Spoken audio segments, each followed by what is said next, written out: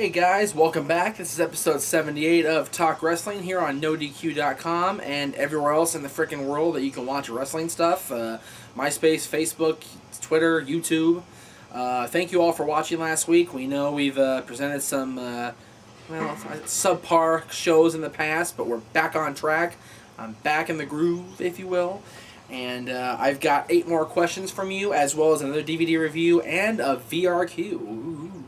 VRQ is a little dated this week, and I apologize for that, but the guy doesn't really watch a lot of wrestling, so that's why. I'll get to that when I get to the VRQ. Anyway, I appreciate you guys responding also to the Wrestle Reunion thing. That was very nice of you. I will be talking with Aaron more about that. We may or may not be going still. I still have to talk to him about it. It really does come down to money. It really does. And if you guys are willing to help out, that's great. If not, we'll see what we can do. I personally want to go. I've never been to a wrestling convention before. The appeal is there for me. It's just a matter of spending 3 days down the LAX where everybody and their mother is traveling, because traffic down there is a bitch. And yes, we can stay down there at the Hilton and get a discount rate, or Aaron and I can drive from Northridge every day. Either way, we're going to be down there all day for 3 days, and it's a pain in the ass. This one is from Spencer Boras. What do you think of Jeff Hardy leaving? He's been gone for a few weeks now. I've been very critical of Jeff Hardy, and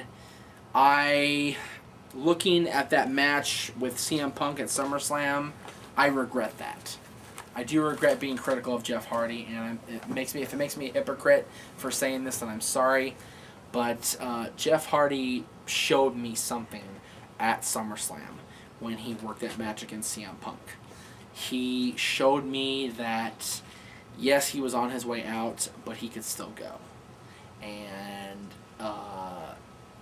I am one of the guys that's hoping he comes back when he's ready to come back. Don't force a comeback on yourself, Jeff.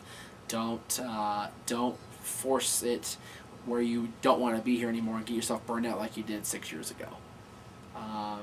I hope to see him back in some capacity in the next couple years, but like I said, don't rush it back. Let the fans truly miss you. I got one question that the VRQ that I'm not going to use that's talked about the Hardys going to TNA, and that's very unlikely. You know, Matt is a career WWF guy, WWE guy. I said the F word. WWE guy. I don't think that it's likely that he will go to TNA. Jeff doesn't want to wrestle right now. It's not a matter of wrestling for WWE. He doesn't want to wrestle. So you won't see them in TNA, I don't believe, anytime soon, if ever. And that's my answer on that. This one is from Matt Conrad. He doesn't recall me ever mentioning Chikara in any of my indie discussions, and I can check them out at chikarapodcast.com and chikarapro.com. Yeah, I have not mentioned Chikara. You're right. Which is ironic because the former Epic War champion, Tim Donst, is a big star in Chikara. He works there frequently. I have not ever seen anything of Chikara. Can you believe that? And again, Tim Donst works there. I should know that. I should be better than that. Tim Donst is my stablemate now in High Society. I should know these things, but I don't. I am working on getting DVDs from Gary and from everybody else that works with me at Epic War regarding Chikara, and I also am going to check out the podcast because I try really hard to be more into indie wrestling because WWE and TNA, wrestling fan cannot live on WWE alone because, let's face it, WWE's product is lately. TNA is crazy. They're nuts. They've got a crazy man writing for them. It's as simple as that. So I would love very much to see more indie stuff, and I intend to. Chikara's on the top of my list. I want to see Chikara stuff for sure. All right, time for this week's DVD review. I got a few requests for this one. I was kind of surprised considering how much he appears to be hated by the wrestling community as a whole, but people wanted to hear it, so I said, okay, why not? Hulk Hogan, The Ultimate Anthology. when I first heard about this, I thought, okay, they're going to be doing another bio thing. And I thought, oh, no, wait, anthology means the best of Hulk Hogan. Like the Beatles anthology was the best of the Beatles. It wasn't a Beatles biography. It wasn't a Beatles story. It was their best music. Hulk Hogan anthology was Hulk Hogan's greatest matches, and I think they did a very, very good job in presenting Hogan's greatest matches to a point. On the first disc, they talk, they show, the first thing they show is Hogan versus Andre from September of 1980, and that match barely went any time. Hogan cheated and loaded up his elbow and cut Andre wide open, and that was the end of the match. And for me, if you're going to showcase a Hogan-Andre match when Hogan was the heel, Andre was the babyface, you got to go with Shea Stadium. I believe it was August 9th, 1980, the month before that. You got to showcase that match. After that, it gets okay. After that, it's pretty much okay. The AWA Championship match, the WWE title matches, the WrestleMania matches, it flows okay from there. On disc 2, they jump right from Hogan Undertaker Tuesday in Texas, which I think the Survivor Series match was better, even though Hogan lost. I think that match was better, to the WCW title match between Hogan and Flair. And I agree with that jump, because between 91 and 94, Hogan had a handful of matches and they weren't that good. He wrestled Sid Justice at WrestleMania 8. He wrestled the tag match at WrestleMania 9. Then he won the title in that 2-minute fiasco against Yokozuna. Then didn't wrestle for 2 months in the United States in a title match. He tag wrestled with Beefcake, and it wasn't even on TV. He didn't wrestle on TV for 2 months. So good choice by WWE to jump from 91 to the title match with Flair in 94 at Bash at the Beach. Not sure if a greatest match anthology for Hogan can include the NWO formation match, because he didn't wrestle that match. He dropped 3 leg drops and got a pin cover that was counted by Scott Hall. I'm not sure if that was okay. Hogan Sting, I agree with that use. Thank God they did that. Very good choice. Good choice also not doing Hogan Piper from WCW, because Piper was immobile and Hogan was just old. So good choice there. Hogan Sting was the best choice from WCW, besides the one Hogan Flair from 94. On disc 3, surprised they included an XWF match, but not completely surprised because Jimmy Hart was with the WWE at the time. So, that was a nice little inclusion. Fun match between him and Kurt Hennig from 2001. Of course, Hogan Rock, Hogan Triple H, Hogan and Edge versus Billy and Chuck, Hogan Vince, a Hall of Fame ceremony, and Hogan and Shawn Michaels. This came out 2006. I believe it was before the Hogan-Randy Orton feud, so they couldn't have included that on the third disc, which I was grateful for, because Hogan-Randy Orton was god-awful. Hogan-Michaels was Hogan's best match I've seen in years. If you get the Best Buy version, you got the Hogan Knows Best disc, which was kind of lame, because it only shows like little previews of Hogan Knows Best, not full episodes. If you're like me and were yearning for the Walmart disc, and I finally got it because my friend Travis burned it for me, the 4th disc is pretty good. You got a match with Hogan versus Tito Santana. You have a couple matches with Hogan as a heel, and a few more with him as a babyface in the WWE. So very, very well laid out, very well hosted, very well presented. One of the better offerings that WWE did with their anthology guys, the looks back, on their talent. I fully recommend it, and yes, I'm a Hogan fan. I am a Hulkamaniac, but even if I wasn't, and I was a casual Hulk Hogan fan, and I got this, I would definitely recommend it for sure. This is from Shane McCann, former XMV fan, current Talk Wrestling fan, a longtime fan of the shows. Thank you for continually emailing us, sir. The worst heel turn and the best babyface turn in history. The worst heel turn can be argued that it was Steve Austin back in 2001. Another argument for that is Goldberg in 2000. That was god-awful. The Austin turn didn't work because he beat up The Rock with a steel chair in Texas, and the fans cheered him. He beat up The Rock with Triple H and Vince McMahon's help the next night. The fans still cheered him. They went to Oklahoma. They beat up JR in JR's own city, and the people still cheered him. That was the tone setting right there for that heel turn. Austin did the most despicable things he's ever done 3 straight days, and the fans still cheered him. It took him joining the Alliance for that heel turn to work, and even still, when he was the cowardly, despicable, crazy man that he was between July and November of 2001, the people still wanted to cheer him. Goldberg, when he turned heel in 2000 at the Great American Bash and helped Jeff Jarrett retain the world title against, I want to say Nash, but I don't remember for sure. That was ridiculous. There was no reason for him to turn heel.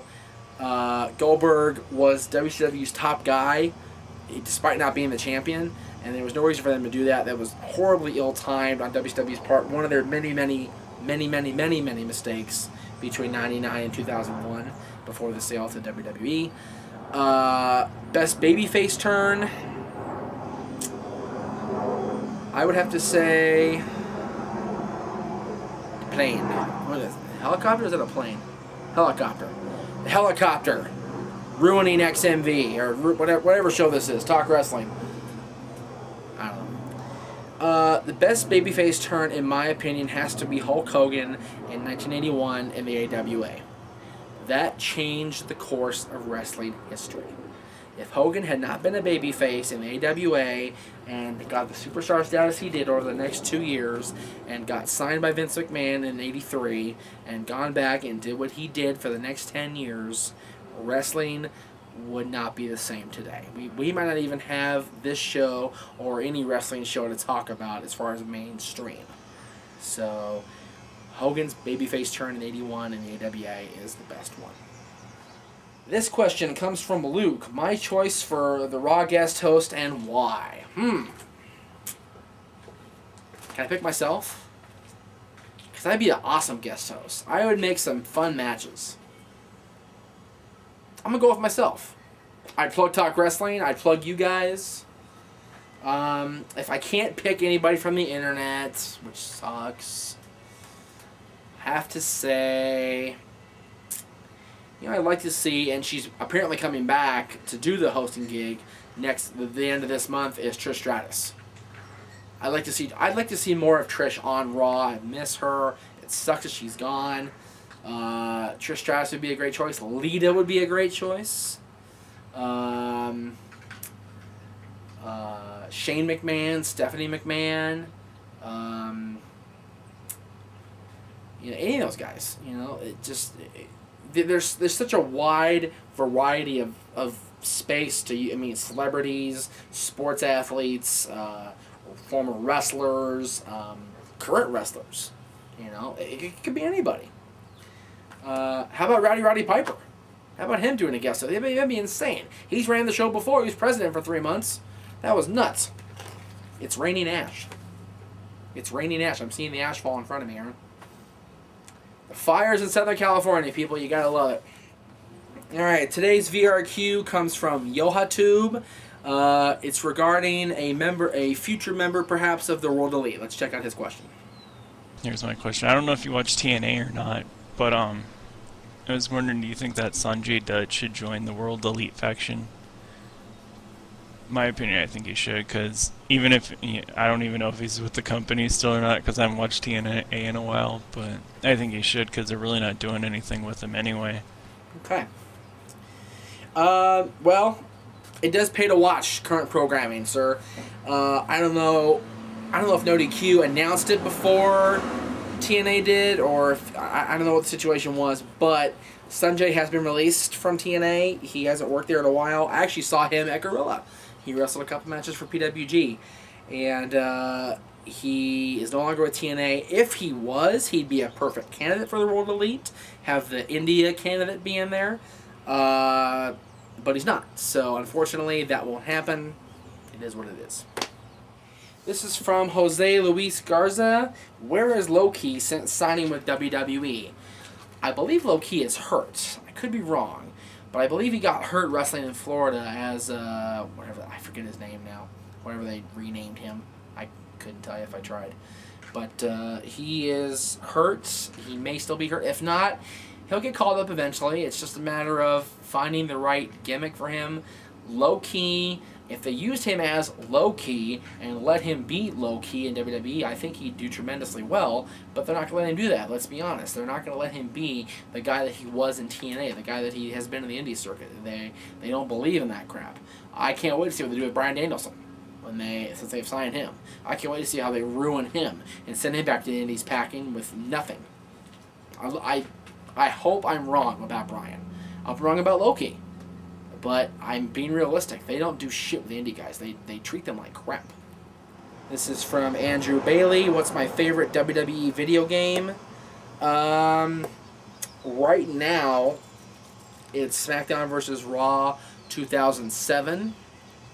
And only because I can't get 08 and 09 to transfer the controls right. What I mean by that is, when you play 07, certain buttons mean strike, run, this and that, because I can set my controls to do that.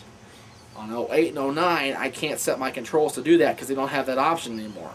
And I'm lazy, and I'm stubborn, and I'm spoiled, and I want my controllers to do what I want them to do, goddammit. And when I got 08 for Christmas, I couldn't set them to do that. And I was pissed, because they had the ECW characters. I really wanted to unlock those guys.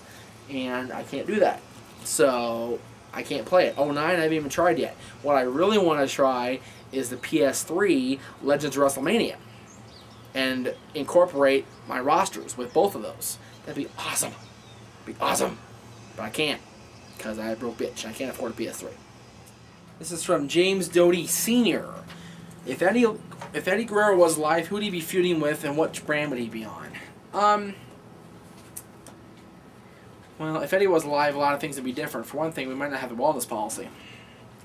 We wouldn't have guys getting suspended for, this and getting fined for pot, and, there'd be a lot of changes.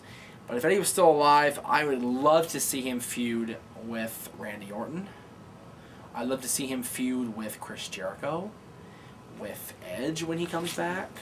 They did a feud with them. I'd like to see it again. I'd like to see an Eddie Guerrero as a heel against John Cena. Eddie Guerrero, CM Punk. How about Eddie Undertaker? Eddie could feud with anybody. Eddie was one of those guys who could work with anybody and do anything they asked of him and do it well. So if he was still alive, he'd be one of the more versatile guys they have. This one is from Ryan Fain. I believe that's how you say his last name. My apologies if it's not Ryan. Would TNA exist if WCW was still around? I like that question. That's a good question. Well, it's very hard to say, but I'll have to go with no. And only because a lot of TNA's top players right now were WCW top players when WCW went under. I'm talking about guys like Booker T, Scott Steiner, Jeff Jarrett. Those three guys specifically were top WCW talents. Booker T and Steiner were the world champions. Jeff Jarrett was right there in the main event picture for the longest time in WCW. So, hard to judge who would TNA have been formed if not for the demise of WCW. Because think about this. Jeff Jarrett left WCW when it went under and went and worked for the World Wrestling All-Stars in Australia, and it wasn't until a whole year later that he formed TNA with his father and later with the Carters. He had a whole year to mull over that and decide, hey, let's change wrestling. Let's do something different. And he did it. Had he still been working full-time, hard to say if he'd have gone out of his comfort zone and said, hey, let's try something new. Thank you all once again for watching. This has been episode 78. Once again, subscribe if you're on YouTube. YouTube.com/NoDQCW. We're approaching, if not already past 9,000. I've lost track. Aaron's the one that keeps counting that shit, not me. So, but thank you guys for subscribing. Get word out to your friends if you like the show. If you don't like the show, honestly, if you don't like this show and you're spamming the comment boards, screw you. Go away.